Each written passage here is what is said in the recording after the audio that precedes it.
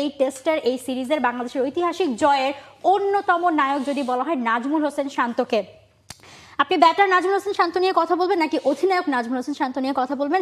আমার মনে হয় যে দর্শকদের মধ্যে এটা নিয়ে আসলে ডিবেট চলছে, কারণ এত ভালো পারফর্ম করেছেন।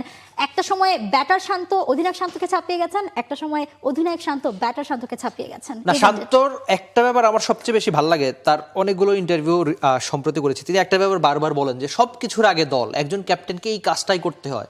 আরেকটা ব্যাপার, আমরা ড্রেসিং রুমে পরিবেশ কেমন, এটা খুব বেশি ইম্পর্টেন্ট ক্রিকেটে, যে আমরা প্রায়শই একটা ব্যাপার দেখি যে গ্রুপিংয়ের একটা ব্যাপার থাকে, কিন্তু নাজমুল শান্ত এই ব্যাপারটা নিশ্চিত করার চেষ্টা করেছেন যে দলে সবাই যেন সবাইকে রেসপেক্ট করে। একজন ক্রিকেট এমন একটা খেলা, দেখেন আপনার একদিন ভালো যাবে, একদিন খারাপ যাবে, একদিন আপনি সেঞ্চুরি করবেন, পরের ম্যাচে আপনি হয়তো আপনার ব্যাটে শূন্য থাকবে।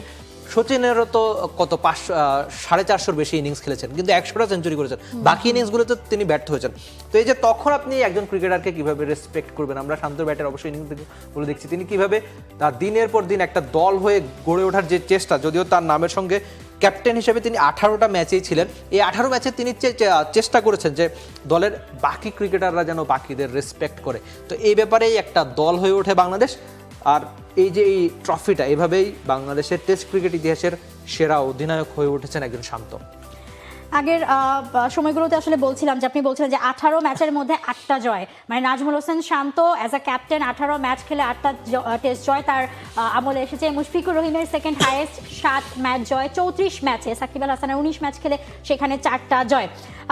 আমার আসলে মনে হয় কি, ধরেন আপনি এখানে বলতে পারেন যে 34টা ম্যাচ ক্যাপ্টেন্সি করে মুশফিকের নামের পাশে 7টা জয়, আর সেখানে মাত্র 18 ম্যাচ ক্যাপ্টেন্সি করে শান্তর নামের পাশে 8টা জয়।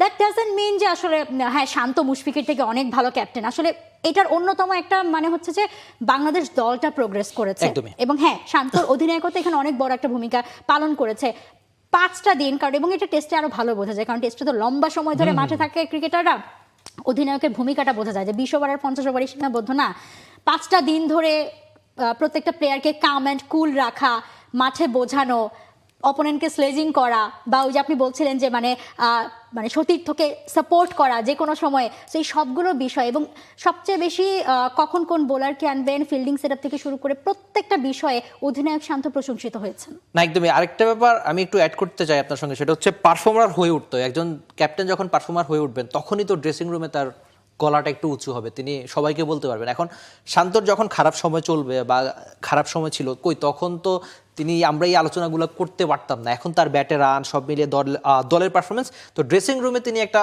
কথা বললে কেউ শোনে। এখন একজনের মনে প্রশ্ন উঠতে পারে যে ক্যাপ্টেনই তো রান করে না, কিন্তু এখন এই ব্যাপারগুলো না।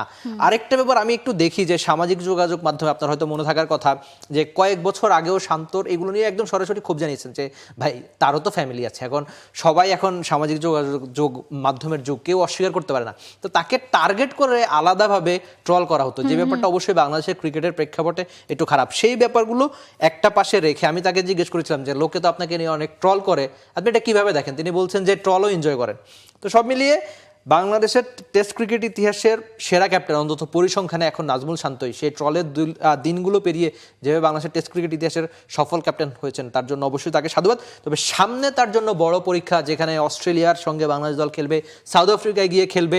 সেখানে আমরা একটু শুনি যে সেই সামনের সিরিজগুলো নিয়ে নাজমুল শান্ত কি বলেছেন। তিনি একদম সরাসরি বলছেন যে গত 2-3 বছর ধরে বলবো যে উন্নতি হচ্ছে, এগোচ্ছি আমরা, ক্যাপ্টেন নিজেও সেটা মানছেন। তবে গুরুত্বপূর্ণ যে আমরা যখন আরও চ্যালেঞ্জের মুখে পড়ব, বিশেষ করে অস্ট্রেলিয়া, দক্ষিণ আফ্রিকায় খেলা আছে, ওসব জায়গায় আমরা কতটা প্রতিদ্বন্দ্বিতাপূর্ণ ক্রিকেট খেলতে পারছি, এসব খুবই গুরুত্বপূর্ণ। মৌ, কীভাবে দেখছেন? একদমই, যেভাবে একজন আসলে ক্যাপ্টেন দেখেন যে মানে দূরভিসন্ধি চিন্তা ভাবনা তার, এবং ইন ফিউচার এখন আসলে যত ভালো করবে ভালোর চাহিদাটা আরও বেশি বাড়বে, ক্ষুধাটা বাড়বে, এবং সেটা as a captain Nazmul Hossain শান্তর মধ্যে আছে। এবং ট্রলের কথা বলছিলেন, শান্তর কথা বলে এখন আমার একটা জিনিসই মনে হয় যে লর্ড শান্ত থেকে লিডার শান্ত, মানে শান্ত দেখিয়েছেন মানে how to be a leader from Lord, মানে ট্রোলিং থেকে কিভাবে আসলে এক্স্যাক্টলি লিডার হয়ে ওঠা, ক্রিকেটার হয়ে ওঠা, ব্যাটার হয়ে ওঠা, পারফর্মার হয়ে ওঠা, সেটা আসলে শান্ত দেখিয়েছেন। For more updates, subscribe to our YouTube channel and click on the bell icon. Follow us on Facebook and Instagram. Download T-Sports app to enjoy exciting games and highlights.